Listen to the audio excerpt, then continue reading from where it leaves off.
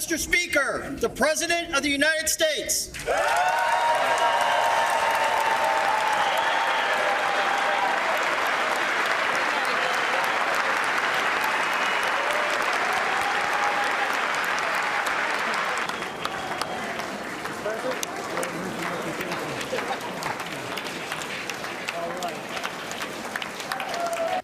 You know, I start tonight by congratulating the 118th Congress and the new Speaker of the House, Kevin McCarthy.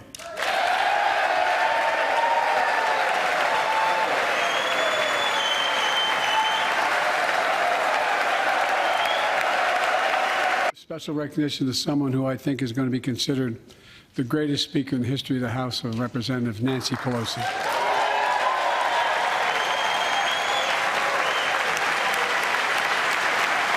The story of America is a story of progress and resilience, of always moving forward, of never, ever giving up. It's a story unique among all nations. We're the only country that has emerged from every crisis we've ever entered stronger than we got into it. Look, folks, that's what we're doing again. 2 years ago, the economy was reeling. I stand here tonight after we've created, with the help of many people in this room, 12 million new jobs, more jobs created in 2 years than any president's created in 4 years, because of you all, because of the American people. 2 years ago,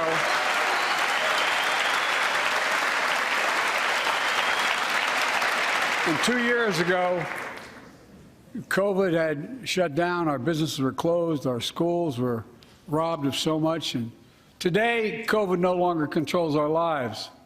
And 2 years ago, democracy faced its greatest threat to the Civil War. And today, though bruised, our democracy remains unbowed and unbroken. And to my Republican friends, if we could work together the last Congress, there's no reason we can't work together and find consensus on important things in this Congress as well. I think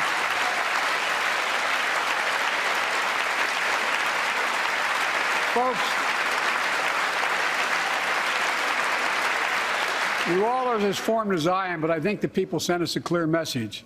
Fighting for the sake of fighting, power for the sake of power, conflict for the sake of conflict gets us nowhere. That's always been my vision of our country, and I know it's many of yours.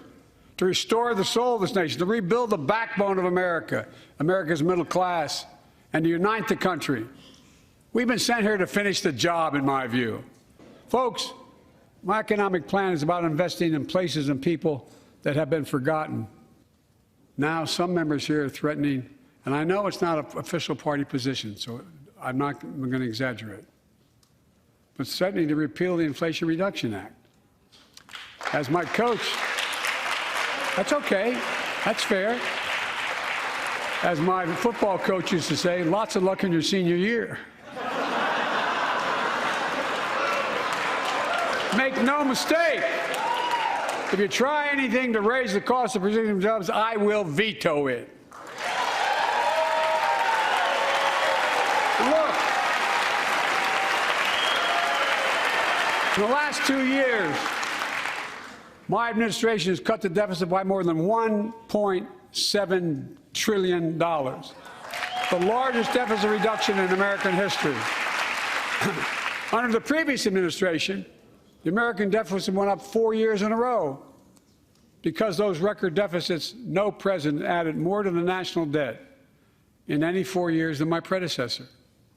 Nearly 25% of the entire national debt that took over 200 years to accumulate was added by just one administration alone, the last one.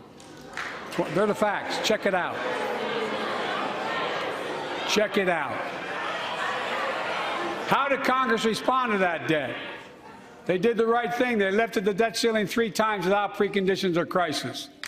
They paid American bills to prevent an economic disaster in the country.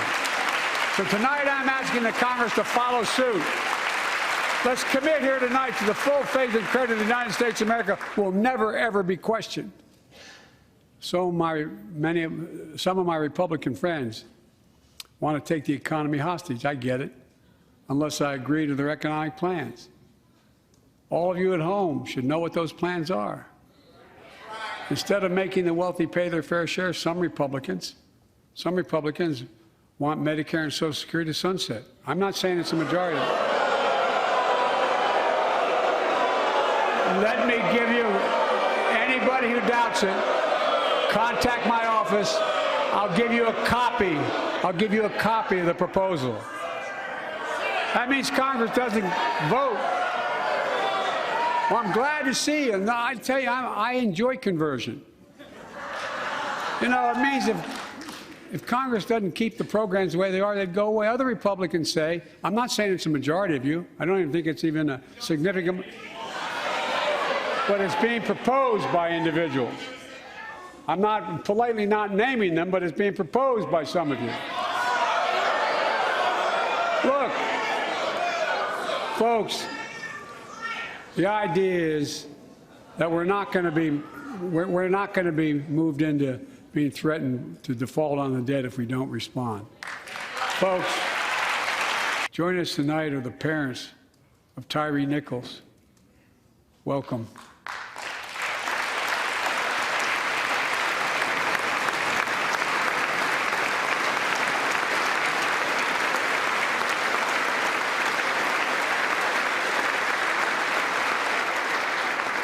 As many of you personally know, there's no words to describe the heartache or grief of losing a child. But imagine if you lost that child at the hands of the law. Imagine having to worry whether your son or daughter came home from walking down the street, or playing in the park, or just driving a car. Most of us in here have never had to have the talk that brown and black parents have had to have with their children. Bo, Hunter, Ashley, my children. I never had to have the talk with them. I never had to tell them if a police officer pulls you over, turn your interior lights on right away. Don't reach for your license. Keep your hands on the steering wheel. Imagine having to worry like that every single time your kid got in a car. Here's what Tyre's mother shared with me when I spoke to her. When I asked her how she finds the courage to carry on and speak out. With the faith of God, she said her son was, quote, a beautiful soul, and something good will come of this. Imagine how much courage and carry that takes. It's up to us, to all of us. We all want the same thing. Neighborhoods free of violence. Law enforcement who earns the community's trust. Just as every cop, when they pin on that badge in the morning, has a right to be able to go home at night, so does everybody else out there. Our children have a right to come home safely. Equal protection under the law is a covenant we have with each other in America. We know police officers put their lives on the line every single night and day. And we know we ask them in many cases to do too much, to be counselors, social workers, psychologists, responding to drug overdoses, mental health crises, and so much more. In one sense, we ask much too much of them. I know most cops and their families are good, decent, honorable people, the vast majority. But they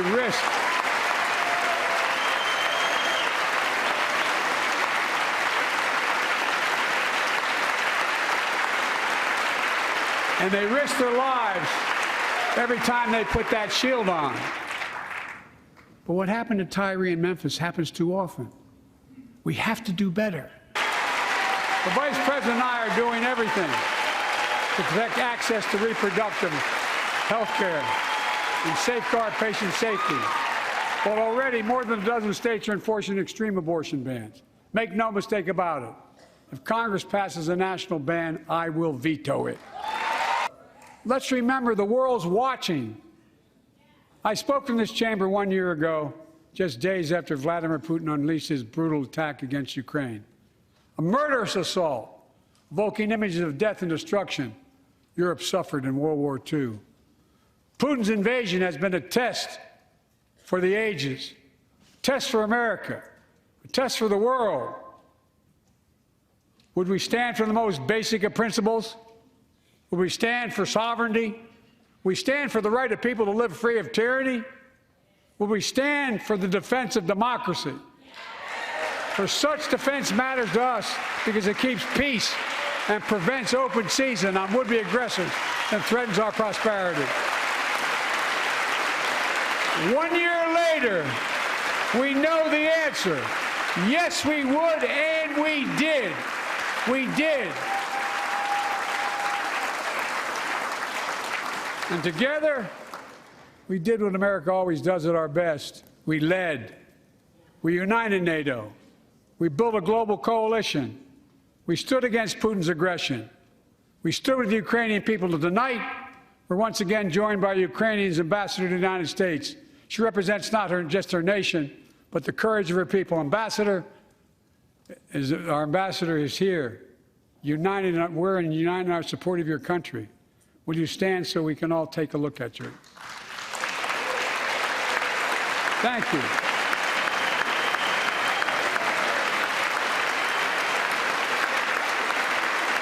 Because we're going to stand with you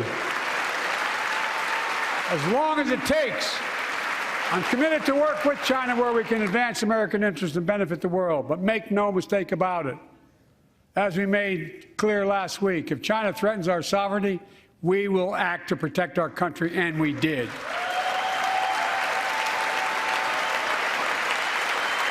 Look, let's be clear. Winning the competition should unite all of us. We face serious challenges across the world. But in the past 2 years, democracies have become stronger, not weaker. Autocracies have grown weaker, not stronger. Name me a world leader who changed places with Xi Jinping. Name me one. Name me one. America's rallying the world to meet those challenges, from climate to global health, to food insecurity, to terrorism, to territorial aggression. Allies are stepping up, spending more, and doing more. Look, the bridges we're forming between partners in the Pacific and those in the Atlantic, and those who bet against America are learning how wrong they are. It's never, ever been a good bet to bet against America. Never.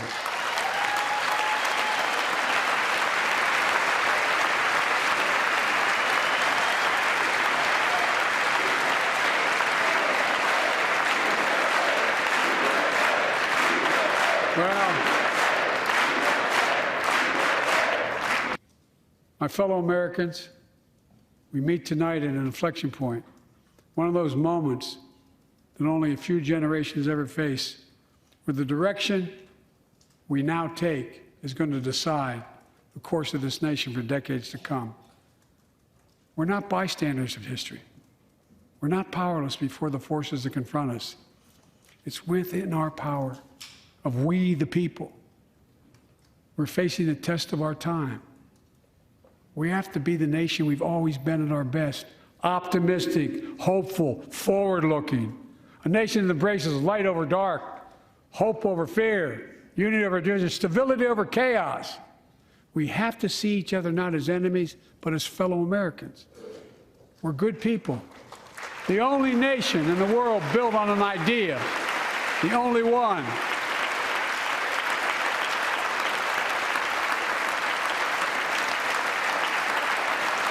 Other nations are defined by geography, ethnicity. But we're the only nation based on an idea that all of us, every one of us, is created equal in the image of God. A nation that stands as a beacon to the world.